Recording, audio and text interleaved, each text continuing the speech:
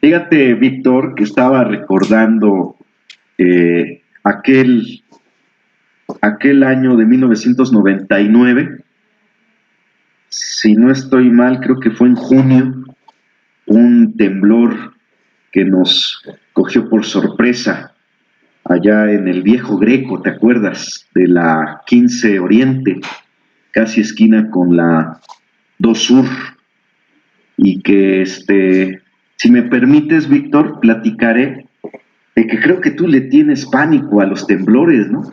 Totalmente. Buenos sí. días, buenas tardes, hola. Buen día.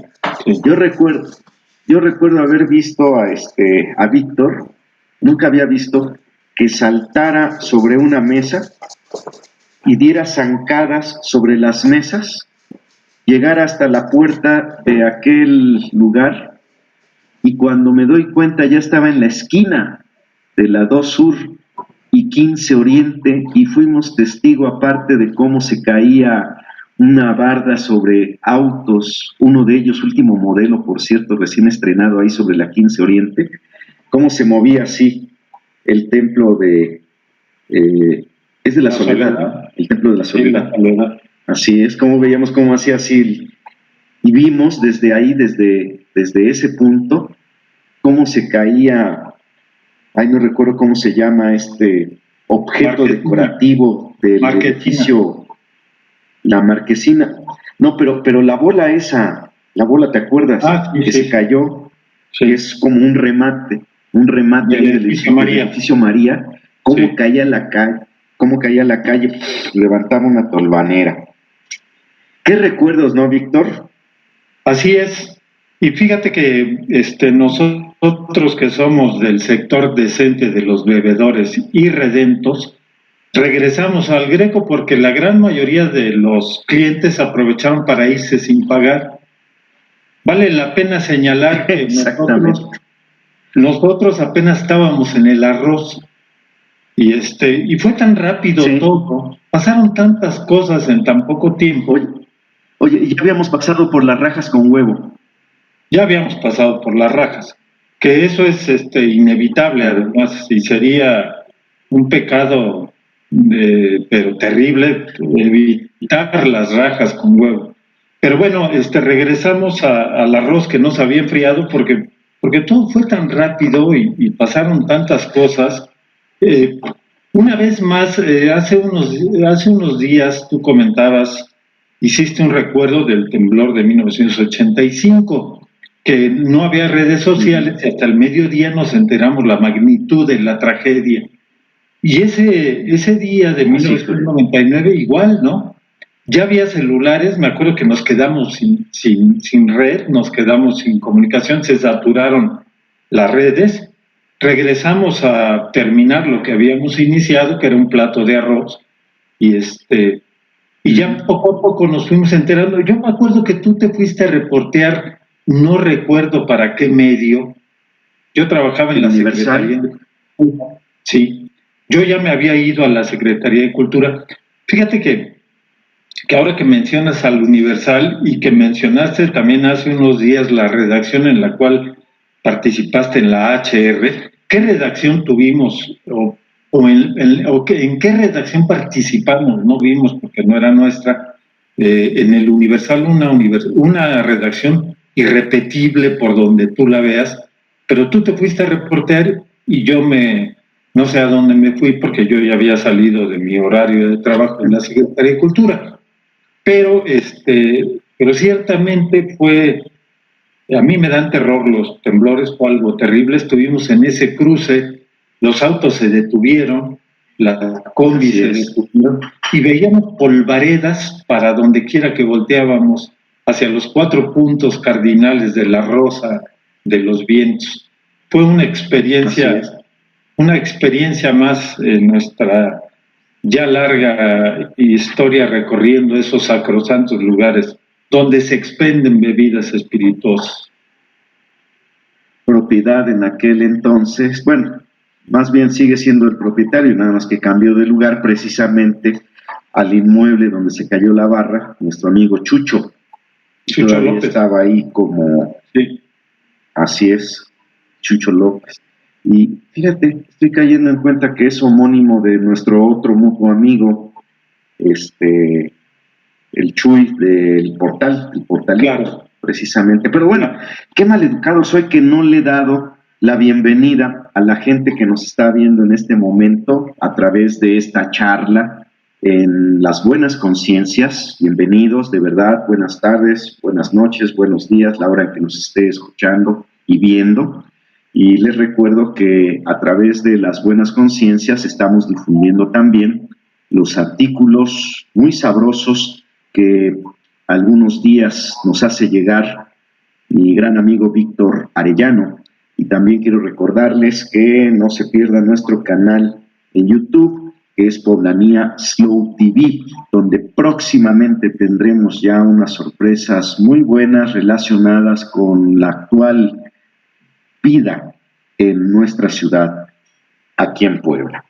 Bueno, pero ¿sabes por qué saqué el tema? Porque hace unos minutos tuve la oportunidad de participar en una videoclase de conocida universidad llamada UPAE para unos chavos de la carrera Ciencias de la Comunicación, y entre otros temas salió ahí todo lo que pasó unos años antes, 5 años antes, aquel temblor, un año que nunca podremos olvidar, o en mi caso no podré olvidar porque fue un año muy intenso, que fue el año 1994, que inició con el movimiento zapatista, después vino el asesinato de Colosio, luego el asesinato del cuñado de Ruiz Massieu.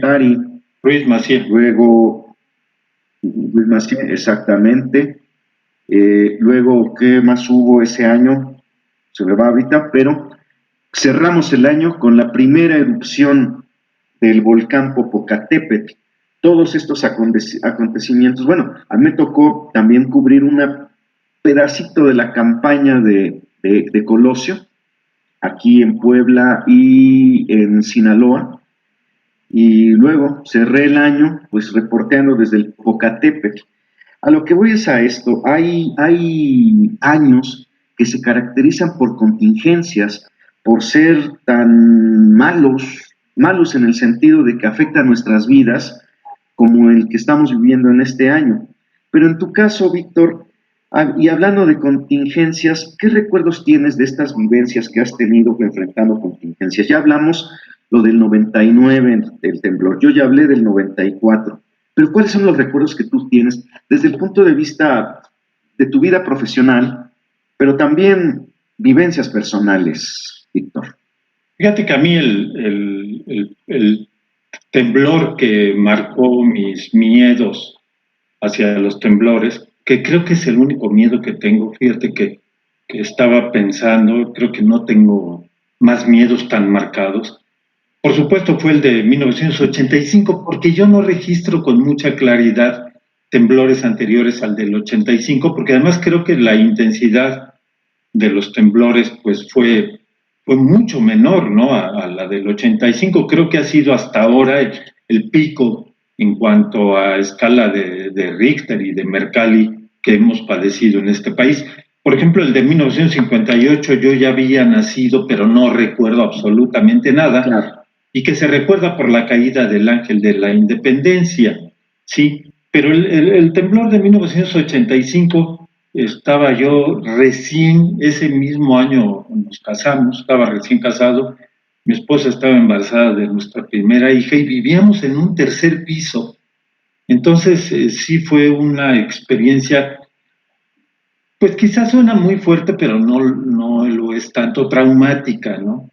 Por las circunstancias, el embarazo de Frida, el tercer piso en un edificio que yo puedo decir, al igual que muchas otras personas, hacía muy feo, sí. No sufrió ningún daño, fíjate, pero hacía muy feo. Además, me tocó bajar las escaleras, yo quería bajar rápido, detrás de abuelitas en camisón y de señores de la edad en pijama, y y ahí quedó marcado, y fíjate que es un miedo que yo le transmití a mi hija mayor. No sé qué tanto le afectó en la vida intrauterina esa experiencia. Además recuerda, Adolfo, recordemos que al otro día en la noche hubo una réplica fuerte. Así es, al día siguiente. El 20 de septiembre de 1985 hubo una réplica que afortunadamente ya me tomó a ras del piso. Yo no recuerdo exactamente dónde estaba, con un amigo que ahora vive en Culiacán, Sinaloa, pero ya estábamos al ras del piso y fácilmente salimos a la banqueta, pero fue muy leve y además duró menos tiempo. Pero yo creo que es lo más impactante. Y en mi vida profesional, no recuerdo exactamente el año. Fíjate que en ese Universal que acabamos de recordar, de repente me tocó suplir temporal y afortunadamente temporalmente. Por ejemplo, me parece que una semana que Arturo Luna Silva se fue de vacaciones, me tocó policía, ¿sí? Y fue una experiencia muy desagradable, ¿eh? No tengo yo el carácter, la templanza ni las características para un reportero de policía. Y entre esas experiencias me tocó cubrir, ¿te acuerdas cuando se enfrentaban asociaciones, grupos de vendedores ambulantes en el centro? Uh-huh. Me tocó una golpiza a 5 de mayo, un encuentro que hubo balazos, hubo disparos de arma de fuego, y yo quedé ahí a un lado de que entonces era este café que después fue Fotografía Aguirre, Café Aguirre. Ahí quedé yo en un recoveco mientras se daban una golpiza, pero en serio, en serio. No recuerdo el nombre de estos grupos de ambulantes, pero en ese momento yo supe, no fue una reflexión muy profunda, que yo no servía para ese tipo de trabajo periodístico. Vale la pena señalar algo, voy a repetir algo que he dicho 8,000 veces. He trabajado en periódicos y en medios de comunicación sin ser periodista, ni lo quiero ser porque los periodistas se echan a perder, pero esa fue una experiencia. Quizá lo único agradable fue, ¿te acuerdas en la redacción de la hoy Fiscalía, antes Procuraduría, el que mandaba era Poncho Ponce de León, en ese tiempo con la ayuda de Violeta Mejía, ¿no? Y ellos me ayudaron muchísimo. Gran amigo nuestro, grandes amigos nuestros. Grandes amigos nuestros, y recordados amigos, pero para mí, yo me sentía como un sacerdote en un burdel, estaba yo totalmente perdido. Afortunadamente fueron de una semana las vacaciones de Arturo, regresó, que además Arturo era un extraordinario reportero de policía, como no hay otro en Puebla. Porque era investigador, Sí. Porque Arturo era un investigador. Exactamente. De todo, era investigador. Fíjate y qué bueno que no te tocó otra época. A mí me tocó reportear policía en mis inicios, y no era como tú lo conociste, que ya llegabas por el resumen de los partes, y ya a partir de ese resumen tú creabas la nota, y como se hace hasta la fecha, bueno, no sé si hasta la fecha lo siguen haciendo. A mí me tocó la etapa anterior, en la que tenías que velar en los ministerios públicos, tenías que velar, o en alguna estación de policía, como se les llamaba, estar ahí, y de repente llegaban que hubo un accidente. Recuerdo uno que a mí me tocó, en lo que es el túnel de la Capu. Unos muchachos que no iban borrachos, iban drogados, estrellan su vehículo, y entonces, pues como yo tenía la información de primera mano, llegué junto con el Ministerio Público, etcétera, etcétera, y fue desagradable ver cómo en ese momento llegaban los cuerpos de rescate, y decían: es que no encontramos a la gente porque quedó deshecho el automóvil. Entonces, pues en ese entonces éramos reporteros y fotógrafos al mismo tiempo. Entonces yo ahí con la camarita, aunque trabajaba para radio, pero siempre me gustaba llevar un testimonio de lo que pasaba, de lo que yo reporteaba. Entonces de repente cuando comienzan a abrir con esas pinzotas que utilizan para abrir los autos, lo primero que cae en mis pies es el cadáver de uno de los muchachos. Imagínate lo desagradable y la impresión que eso me provocó. Pero fíjate que en mi caso, como lo mío sí ha sido siempre la reporteada, pues ese hecho, que lo tengo todavía en la memoria, como que fue lo que me comenzó a templar, lo que me comenzó a descubrir que tienes que ser muy frío ante este tipo de situaciones. Y así como este hecho, te puedo comentar muchos y que son los que te forjan, los que te hacen un reportero, que no periodista, un reportero que pues tiene que enfrentar ciertas realidades como lo que te sucedió a ti. Estoy seguro que ese enfrentamiento fue entre el grupo de La Güera, no el Agüera, no, La Güera y la 28 de octubre, y la 28 de octubre. Entonces, estoy casi seguro que fue ese enfrentamiento que te tocó, pero entonces en estas diferentes etapas, la forma en cómo enfrentas las contingencias, en este caso, pues, pérdida humana, recuerdo muy bien al famoso muertero que trabajaba en el Panteón Municipal, que tenía apilados los cadáveres ahí en las planchas, y que, perdón, al rato que venga la producción de esta cápsula deben de ponerle, hay descripciones muy fuertes para usted antes de ponerse a escuchar esta videocharla, pero él sabía a través del tacto, por ejemplo, el calibre con el que habían matado a una persona, sabía las características del arma blanca con el cual habían dañado el cuerpo del cadáver que estaba ahí tendido, ¿no? Y recuerdo nada más para terminar, que el muertero tenía la costumbre de a las 8 de la noche en punto cenar. Y entonces hacía a un lado el cadáver que estuviera en la plancha y se sentaba ahí y me hacía el favor de invitar un taco de sardina. Abría su lata de sardinas y me invitaba a un taco teniendo como invitado especial el cadáver del que estaba ahí en la plancha. En aquel tiempo, ya hay medidas de higiene, hay que decirlo, pero en aquel tiempo era así. Y entonces a la luz de un foco de ¿cuánto eran? De 100, ¿no? De 100 voltios, no me acuerdo, o 100 watts, algo así. 100 watts. A la luz de un foco de 100 watts, sin pantalla, así simplemente instalado en la lámpara, con una Coca-Cola, una lata de sardina, unas tortillas ya entre frías y tibias, comenzaban las charlas donde él me platicaba las anécdotas de ser el que recibía los cuerpos ahí y que muchos de ellos regularmente se iban a la fosa común porque era de gente desconocida. O sea, hay que tener cierta sangre fría para esto, mi Víctor. Y creo Claro que que sí. tú no tienes esa sangre, No, ¿verdad? por supuesto que no. Fíjate que yo no sé si todas las secciones, yo por lo menos la mayor parte del tiempo trabajé en cultura, no hay novatada, pero en policía yo sufrí una novatada. Me dijo Poncho llegando a la PGR muy temprano, me dice, ¿supiste del niño que destazaron en los portales? Y le dije, no, dame datos para hacer la nota.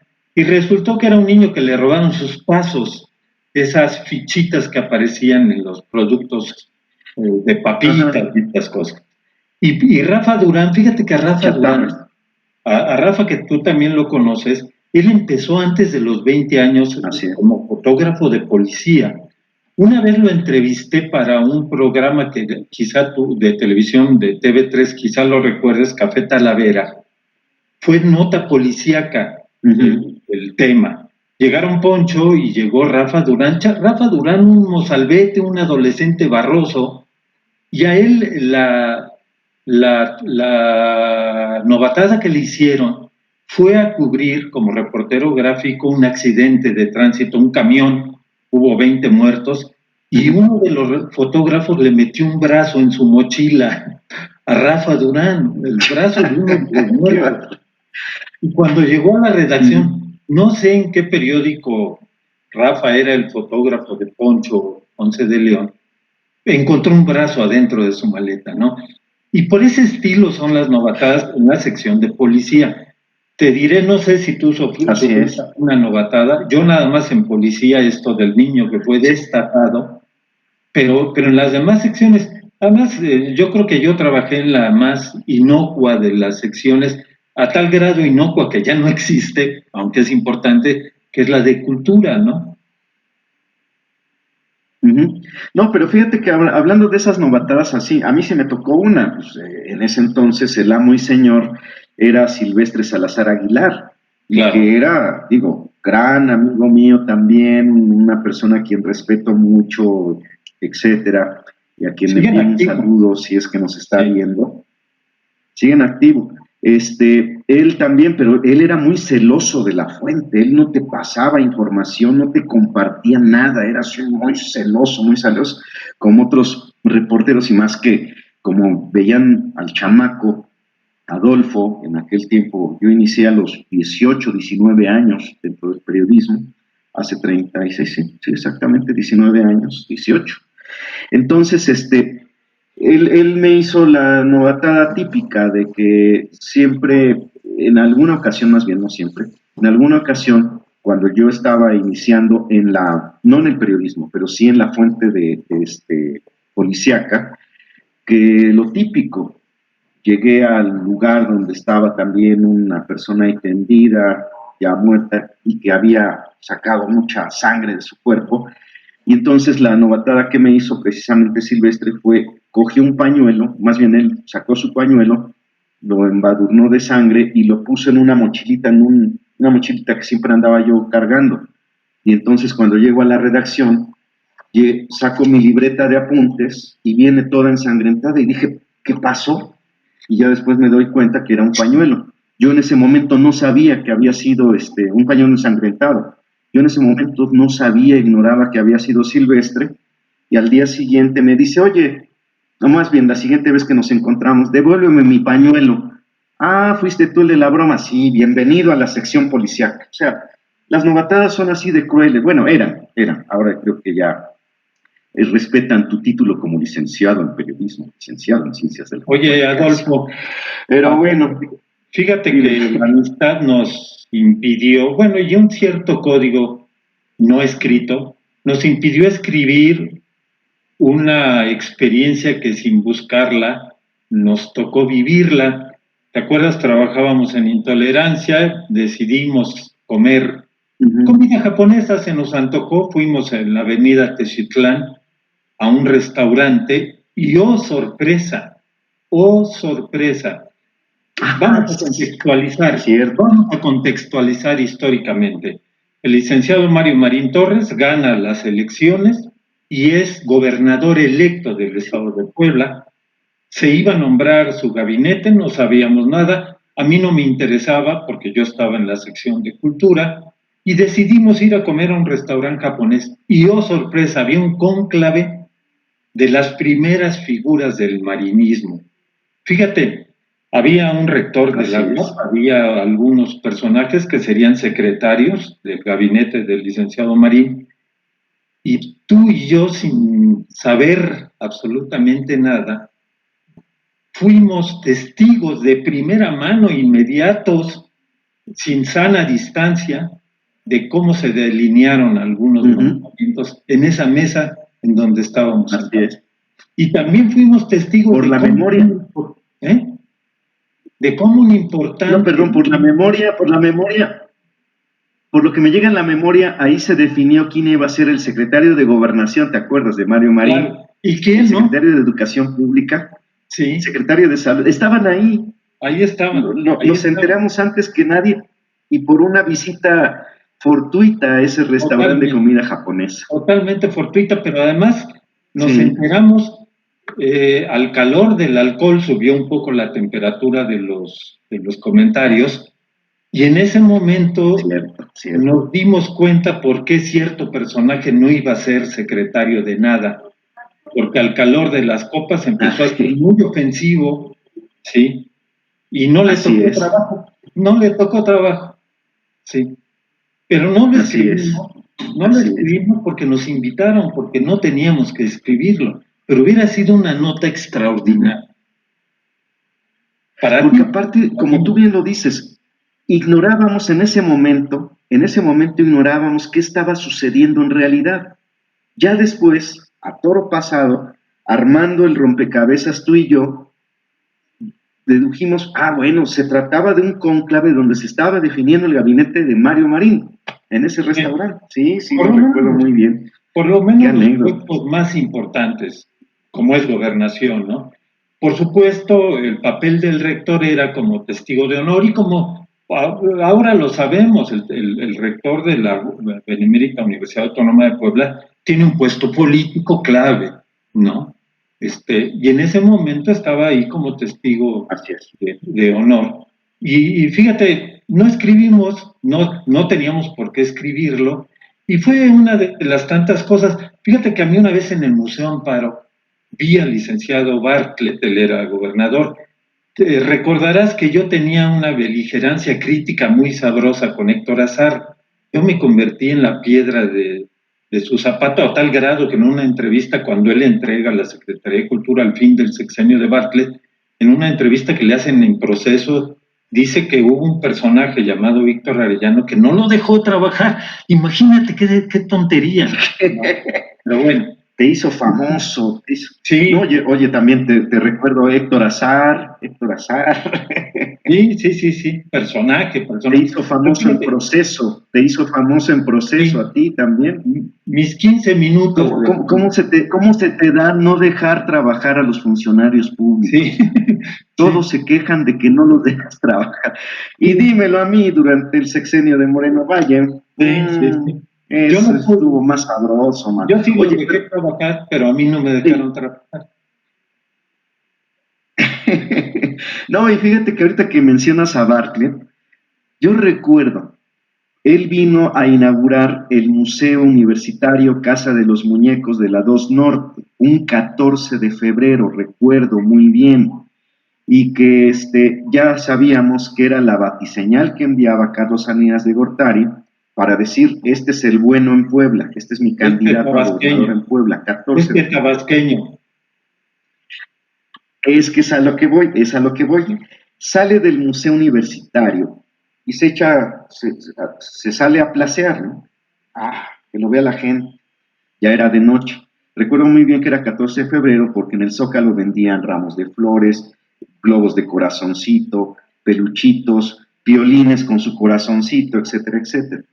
Y entonces cruza en diagonal hacia la esquina del Zócalo y de repente se voltea viendo al Palacio Municipal y dice, recuerdo muy bien que en una casa que está por aquí abajo del Palacio Municipal que yo nací, así lo dijo Manuel Bartlett, y entonces se acerca uno de sus asesores, no recuerdo quién era, le da un codazo muy discreto, le habla al oído y yo escuché muy bien porque iba detrás de ellos. No, señor, usted nació en el otro portal, junto a donde está la pizzería. Exacto. Ahí. Y entonces luego retoma su discurso caminando, como lo iban grabando los medios, dice, ay, perdón, ya ven cómo es la memoria. Yo nací allá, en el otro portal. Esa es una anécdota que tengo respecto a Bartlett. Se equivocó de la casa donde supuestamente había nacido en Puebla, según él. Pero vino, ya después se convierte en... La clínica del doctor Sí. Sí. Así es, pero es un dato que no es del todo verídico. Pero bueno, según otras fuentes. Y yo no la segunda anécdota es... Bueno, si tú no escribiste, yo cuento mi anécdota, acaba con la tuya. Bueno, la segunda anécdota es que ya siendo gobernador, fuimos invitados por parte del periódico no, ya estaba en Radio Oro, si es cierto.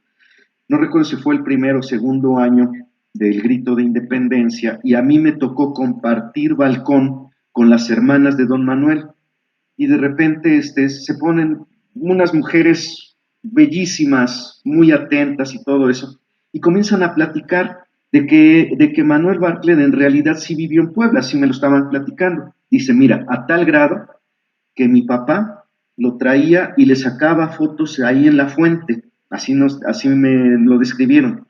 Ay, tan bonito que se veía mi hermano Manuel Bartlett Díaz, vestido de charrito. Es un charro desde aquel entonces. Sí. Dicho por las hermanas. Sí. No lo dije yo. Sí. Fíjate que a mí me tocó, yo trabajaba cuando es designado Manuel Bartlett Díaz candidato a gobernador para el estado de Puebla, yo trabajaba con un personaje nacido en Izúcar de Matamoros y crecido en el barrio de Santiago, Ángel Saucedo, el doctor Ángel Aceves. Ángel Aceves Saucedo.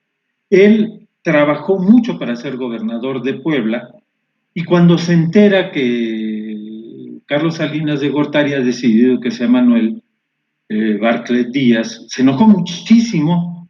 Y bueno, en ese entonces Ángel Aceves Saucedo era director de la Coordinación General de Abasto y Distribución de la Ciudad de México. Manuel Camacho era el regente y Ángel Aceves era el director de Coabasto. Yo estaba en comunicación social de Coabasto. Y se enoja tanto que llama a Manuel Bartlett Díaz y le dice, oye Manuel, te invito a comer, voy a hacer mole, va a haber semitas, chiles en nogada y chalupas para que conozcas lo que se come en Puebla. Entendió muy bien la indirecta de Manuel Bartlett Díaz y recordarás, Adolfo, que Ángel Aceves no pudo poner un pie en Puebla esos 6 años del gobierno de Manuel Bartlett. Y Ángel Aceves había hecho un trabajo exhaustivo y fuerte en Puebla para ser el gobernador, pero... Y un tipo muy inteligente, muy preparado. Sí, el dedo del señor señaló hacia otro lado. Y bueno, podríamos contar muchísimas anécdotas de Manuel Bartlett. Sí, pero bueno, desafortunadamente los tiempos en redes sociales son limitados. Perdón, te interrumpí en otra. No, es todo, pero digo, hay muchas anécdotas, porque nos tocaron en el Universal de Puebla, el sexenio de Manuel Bartlett Díaz, y Hinojosa en el Ayuntamiento de Puebla, en el gobierno municipal. Pues para otra ocasión seguiremos hablando de estas anécdotas. Te recuerdo que a mí me tocó coordinar la sección de sociales en el Universal en algún tiempo, ante la ausencia de la que era coordinadora, ausencias frecuentes de la que era coordinadora de sociales en aquel tiempo. Yo por eso llegué a ese puesto. Y es donde surgen precisamente las buenas conciencias. Era una sección de sociales política, las buenas conciencias. Ahí es donde surge, fíjate, el nombre, bautizada la sección por mi gran, más que amiga, hermana, Ana Lidia Flores Marín. Ella fue quien bautizó a esta sección como las buenas conciencias. Y bueno, el tiempo en redes sociales es muy limitado. Comenzamos con contingencias naturales y terminamos con contingencias políticas. Valió la pena esta conversación, la verdad. Espero que usted la haya disfrutado. Estuvo muy sabrosa. Hoy le voy a dar otro correo electrónico. Sí, estuvo padre, la neta. Ya nada más faltaron la parte fuerte. Pero bueno, eso ya será una vez que se termine este confinamiento. Todavía no es hora de... Bueno, si la gente nos está viendo en la tarde o en la noche, yo creo que sí es hora, pero bueno, por eso me dirigí a esa audiencia. Pero tú les recuerdo que... Un curado de guayaba, ¿no? Un curado de guayaba. Un curado de guayaba. Guayaba. Sí. A tu salud. Es para la presión. Bueno, gracias, Víctor. Te dejo un correo electrónico a través del cual me puedes escribir, por favor. Es afloresfragoso, o sea, la A es de Adolfo, afloresfragoso@gmail.com. Y pues puede seguir leyendo a Víctor Arellano, a su servidor, y toda la información de carácter serio, profesional, científico que compartimos con usted a través de las buenas conciencias en Facebook. Y no se les olvide vernos en YouTube a través del canal Poblanía Slow TV. Y un último llamado, por cierto, Voy a cambiar radicalmente de tema. ante esta contingencia, los donadores habituales de sangre en hospitales y clínicas no están yendo a los hospitales y clínicas de aquí del estado y de la ciudad de Puebla. Hay una escasez de sangre, especialmente en el Hospital de la Margarita. Me pidieron como un favor muy especial, cosa que lo estoy haciendo con mucho gusto. Por favor, quienes son donadores habituales o que no lo eran, pero les hago la convocatoria que lo hagan, vayan y donen sangre. Hay escasez de sangre en hospitales y clínicas públicas de Puebla. Si usted se viste de forma adecuada, se protege de manera adecuada y gusta y le interesa y hacer esta labor altruista, vaya y done sangre en hospitales como la Margarita y San José, donde hay escasez de sangre que urge especialmente para atender a mujeres que están dando a luz, más otro tipo de enfermos. Por favor, hágalo como un acto humano en este momento que lo requieren hospitales y clínicas públicas en Puebla. Y supongo que en el resto del país ha de estar esta situación igual. Por favor. Víctor, muchas gracias. Gracias, hasta luego. Gracias a usted también por acompañarnos. La próxima semana volveremos con otra charla y le tengo preparadas sorpresas relacionadas también con las buenas conciencias y sus invitados. Ya se lo anticipé. Hasta la próxima.